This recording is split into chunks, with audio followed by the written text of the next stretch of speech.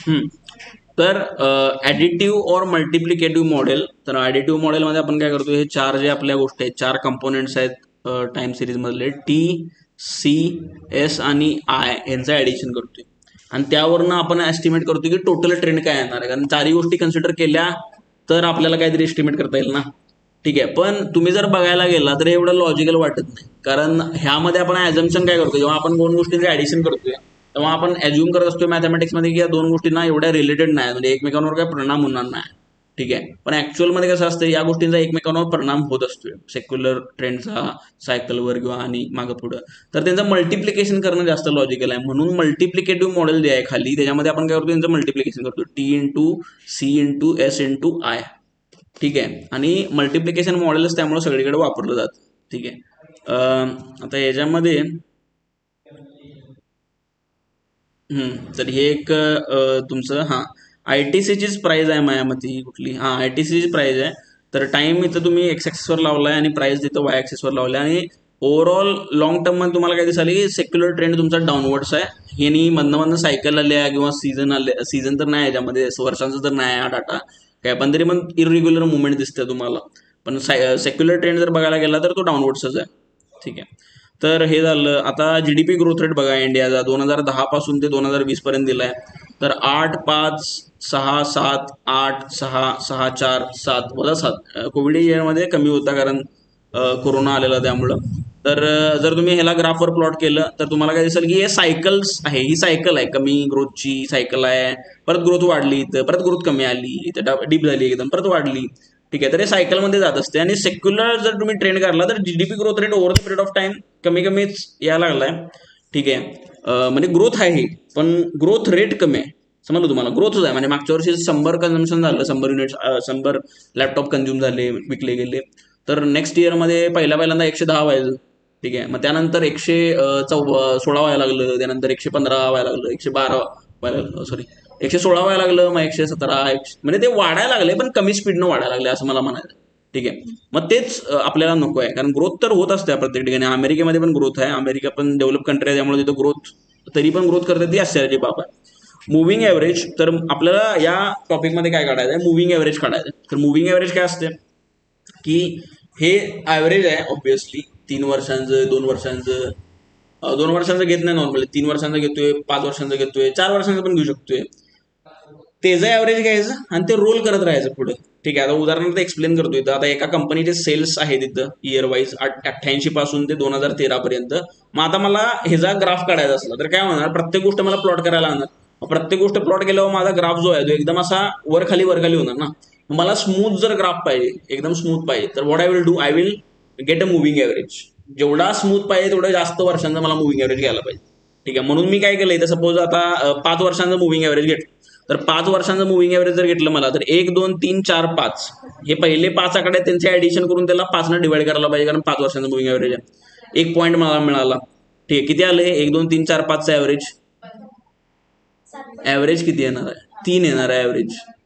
3 येणार आहे ॲव्हरेज, 15 नाही येणार. कारण ॲव्हरेज म्हणजे काय असते विसरला काय तुम्ही, त्या जेवढं ॲडिशन केले त्यांना डिवाइड पण करा, 5 डिवाइड करायला पाहिजे ना त्याला. सो 3 येणार आहे ॲव्हरेज. ठीक आहे, कारण मधीच आहे ना 3, आणि मागं पण तेवढेच कमी आहे, इथं पुढे तेवढं जास्त आहे. ठीक आहे, करून बघा तुम्ही, येईल तुम्हाला. त्यानंतर याने हो मग पुढचं हे जे 3 ॲव्हरेज येणार ते मी कुठल्या वर्षासमोर लिहिणार, आता 5 वर्षांचं आहे ते लॉजिकली कुठल्या वर्षासमोर लिहायला पाहिजे मला, हे 1990 पर्यंत च्या समोर लिहायला पाहिजे. ठीक आहे, त्यानंतर मला पुढच्या 5 वर्षांचं काढायचं. पुढच्या 5 वर्षांचं नाही काढणार मी काय करणार, मागचं 1 वर्ष सोडणार, 1988 सोडणार, आणि पुढचं 1 वर्ष घेणार, म्हणजे 1993 घेणार. तर मग 89 पासून 1993, 2, 3, 4, 5, 4 ह्यांचं ॲव्हरेज काढणार. आता ह्यांचं ॲव्हरेज किती आलं मग, 2, 3, 4, 5, 4 काढा. 2, 3, 4, 5, 4चं ॲव्हरेज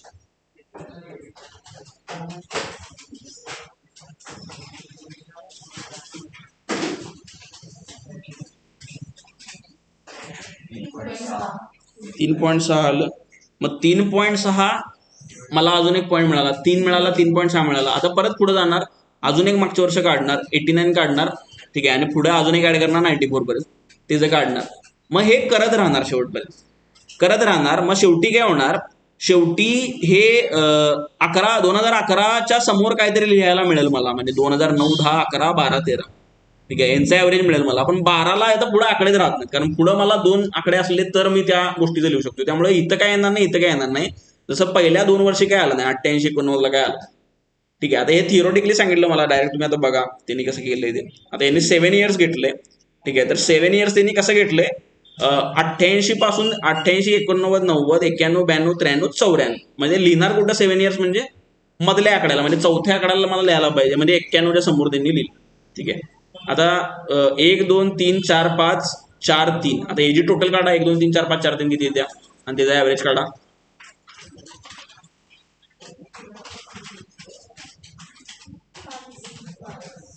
किती 22 येत्या टोटल, आणि ऍव्हरेज किती आलं मग?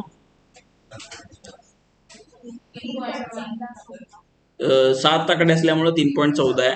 तर हे ऍव्हरेज आहे. ठीक आहे, 3.14. आणि अकॉर्डिंगली आपण पुढे पुढे काढत राहणार. शेवटच्या बेसिकली पहिल्या 3 आकड्यांना काय आलं नाही ना समोर लिहायला. ठीक आहे, मग तसंच शेवटच्या 3 आकड्यांना पण काय येणार नाही. आणि जेव्हा मी हे जे मिळालेत मला, ह्याला मी म्हणतोय मुव्हिंग ऍव्हरेजेस. ठीक आहे, 7 इयर मुव्हिंग ऍव्हरेज म्हणतोय याला.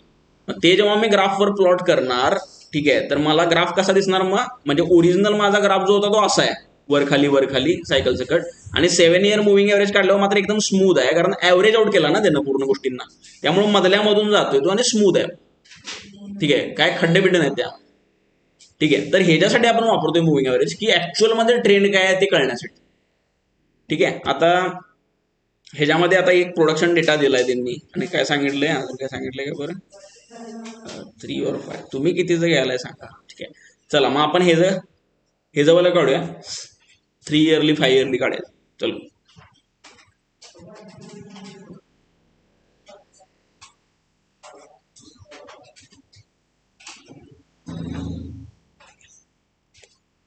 त्या पुस्तकात पण असेल ना.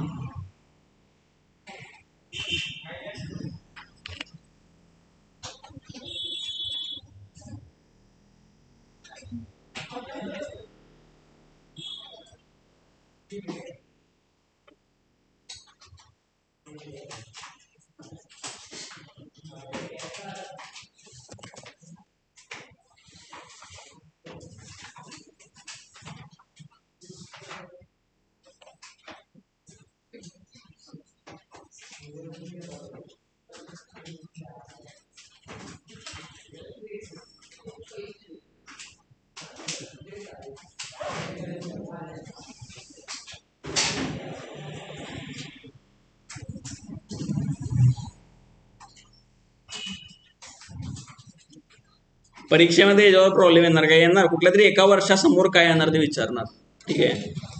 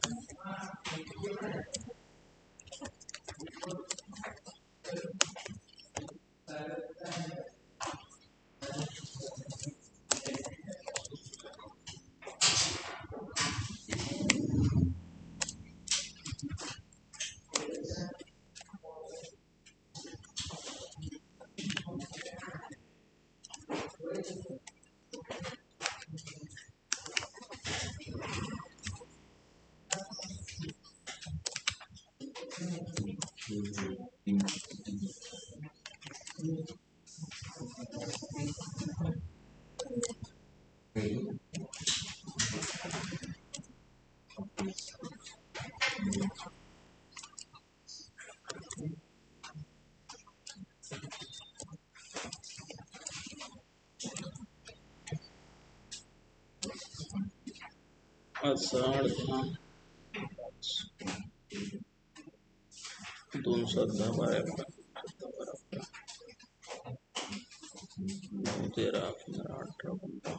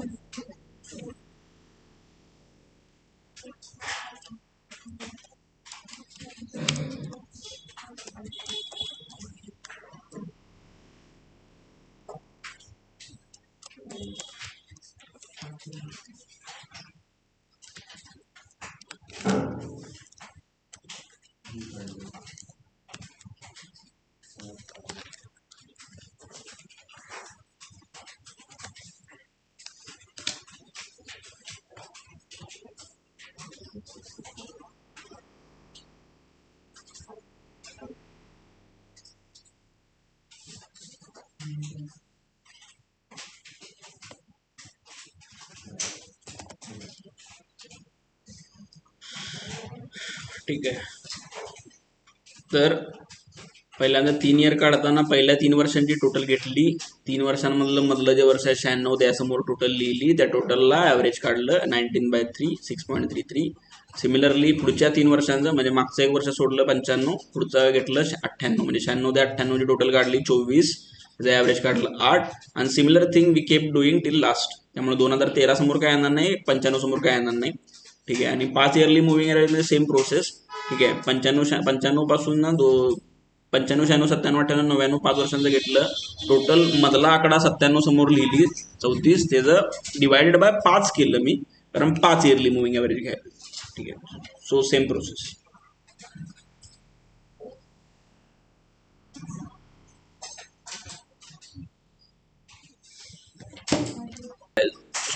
सेंटर्ड मुव्हिंग ॲव्हरेज कसं कॅल्क्युलेट करायचं. सेंटर्ड मुव्हिंग ॲव्हरेज असं का म्हटलंय, कारण ज्या ठिकाणी आता जर 4 इयरली कॅल्क्युलेट करायचं असलं मला, तर लिहिणार कशाच्या मध्ये, इयर पाहिजे ना, कुठलं तरी टाइम लाईन पाहिजे ज्याच्यासमोर मी प्लॉट करू शकतोय. अल्टिमेट एम काय आहे की ग्राफिकली ते रिप्रेझेंट करता यायला पाहिजे. So to represent it graphically, what time line I should give in front of it. Hello. ठीक आहे. So for that what I will do की simply like we do year लिहा and then write down the sales figures. So year काय 2005 पासून 2013 पर्यंत. ठीक आहे. आणि 8 आहे, 11 आहे, 9 आहे, 14 आहे, 9, 10, 10, 8, 12. ठीक आहे. तर आता ह्याच्यामध्ये मला असं कोणीतरी म्हटलं की बाबा 5 इयरली सेंट्रल मुव्हिंग ॲव्हरेज काढा. कुठल्या वर्षाचं, तर इयर 2011. ठीक आहे. कसं काढणार मी, काढा तुम्ही 5 इयरली सेंट्रल मुव्हिंग ॲव्हरेज काढा इयर 2011चं. 2011चं काढा 5 इयरली सेंट्रल मुव्हिंग ॲव्हरेज.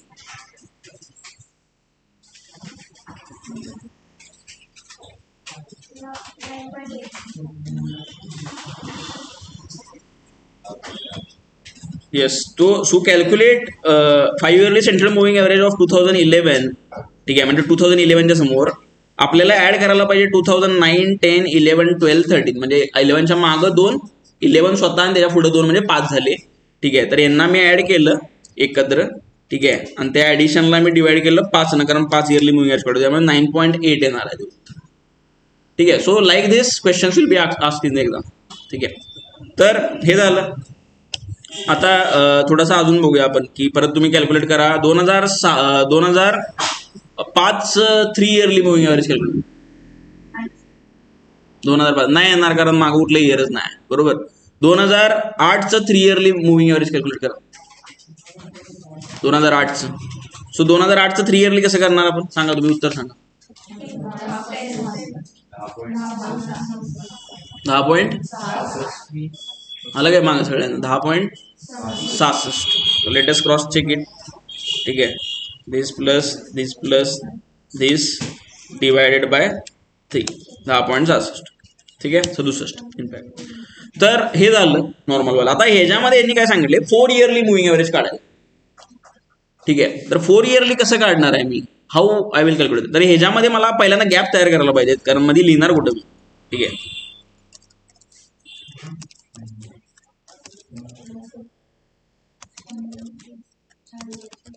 ठीक आहे. तर गॅप तयार केले. आता गॅप तयार केल्यावर 4 वर्षांच्या मधली टोटल मला लिहायचे आहे. तर कुठे लिहिणार मी? इथं लिहिणार 4 इयर टोटल.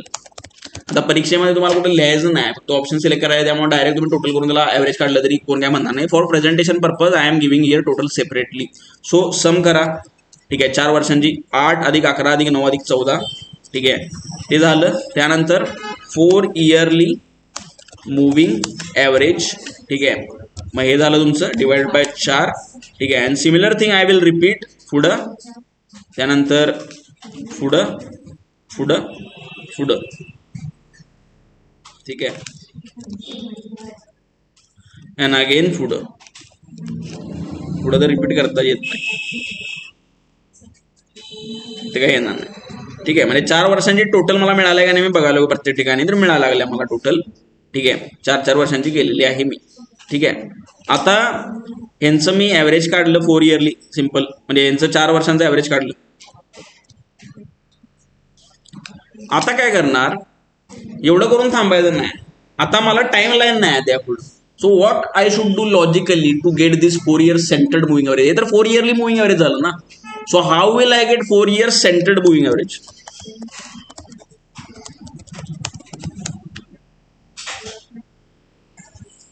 येस. सो त्याच्यासाठी आपल्याला काय करायला पाहिजे? या दोघांचं सिम्पल ॲव्हरेज मी काढणार आणि ते इथं लिहिणार. ठीक आहे. सिम्पल ॲव्हरेज मी काढणार आणि इथं लिहिणार या दोघांचं. ओके. सिम्पल एकदम. ठीक आहे. इथं इथं इथं आणि शेवटी इथं. आता मग झालं ना, शेवटी मला मिळालं 2007 समोर हे मिळालं, 2008 समोर हे मिळालं, 9 समोर हे मिळालं, 10 समोर मिळालं, 11. 4 इयरली मुव्हिंग ॲव्हरेज मिळालं मला. ठीक आहे. मग त्यामुळं अशा प्रकारे काढायचं त्याला. ठीक आहे. असे प्रश्न विचारणार परीक्षेमध्ये की 2007चं 4 इयरली सेंटर्ड मुव्हिंग ॲव्हरेज काय आहे. ठीक आहे. मग तुम्हाला त्या 2005, 6, 7, 8ची टोटल करायला पाहिजे, 2006, 7, 8, 9ची टोटल करायला पाहिजे, त्यांचे ॲव्हरेजेस काढायला पाहिजे आणि त्याला सिम्पल मुव्हिंग ॲव्हरेज काढायला पाहिजे. तरी मेथोडॉलॉजी लक्षात असली तर मग तुम्हाला सोडवता येणार. आणि ह्याच्यावर क्वेश्चन तर येणारच, कारण टॉपिक तर आहेच तो, आणि असेच क्वेश्चन येणार ह्याच्यावर. ठीक आहे. एकदम सिम्पल वाला तुम्ही जाऊन काढा 3 इयरली मुव्हिंग ॲव्हरेज काढा असं नाही विचारणार. 5 इयरली काढणार, 7 इयरली काढणार, किंवा सेंटर्ड मुव्हिंग ॲव्हरेज विचारणार. ठीक आहे. मग आता हे झालं, तर हे लिहून घ्या म्हणजे तुम्हाला पुढचं देता येईल. आता काय करूया? 5 इयरली वेटेड मुव्हिंग ॲव्हरेज काढूया. तर हे 3 इयरली वेटेड होतं. 3 इयरली वेटेड. आता 5 इयरली जर वेटेड काढलं मी, 5 इयरली वेटेड मुव्हिंग ॲव्हरेज, तर वेट्स कसे घ्यायचे? तर 5 इयरलीसाठी असं म्हणा की त्या पर्टिक्युलर इयरसाठी तुम्ही घ्या 40%. ठीक आहे. आणि बाकी जे मागचे 2 आहेत आणि पुढचे 2 आहेत त्यांच्यासाठी तुम्ही घ्या किती? 15% for previous 2 and next 2 years. ठीक आहे. मग आता काढा. ह्याच्यामध्ये बघा इथे येणार 5 इयरली 9 गुणिले 40% plus this plus this plus this plus this. Bracket घालायला पाहिजे कारण सगळ्यांचे 20% घ्यायचे, 15% घ्यायचे मला. एक एक करून 15% केलं तरी चालतंय, पण हे सोपं पडेल म्हणून डायरेक्ट 15% मल्टिप्लाय करू. तर हे किती झाले? 9. आता ह्याच्यामध्ये एक कसा कम्प्लीट झाला? तर हे 40% आणि प्रत्येक एक इलेमेंटला 15% आहे ना. 15, 15, 15, 15, 60%, 40%, 60%, एक झाला. तर एक कम्प्लीट व्हायला पाहिजे, त्याशिवाय त्या वेटला लॉजिक नाही आहे. ठीक आहे. तर असं सिमिलरली केलं मी प्रत्येक गोष्टीसाठी. झालं 5 इयरली मुव्हिंग ॲव्हरेज झालं, वेटेड मुव्हिंग ॲव्हरेज. समजलं? आता हे तुम्ही करा. 3 इयरली वेटेड मुव्हिंग ॲव्हरेज आणि 5 इयरली वेटेड मुव्हिंग ॲव्हरेज काढा. म्हणजे मुव्हिंग ॲव्हरेजवर 3 प्रकारचे प्रश्न संभव आहेत. 5 इयरली मुव्हिंग ॲव्हरेज सिम्पलवालं, 7 इयरली मुव्हिंग ॲव्हरेज सिम्पलवालं काय, त्यानंतर तुमचं सेंटर्ड मुव्हिंग ॲव्हरेज आहे 4 इयरली और 6 इयरली पण कोण विचारायचं तर काय सांगता येत नाही. आणि हे वालं की वेटेड मुव्हिंग ॲव्हरेज, आणि ते एका पर्टिक्युलर फिगरचं विचारणार. मग ते तुम्हाला डायरेक्टली काढता यायला पाहिजे, थोडासा अंदाज लावून. ठीक आहे. थोडंसं मांडणी करून की याला काय आलं असतं. चलो ठीक आहे, हे करा.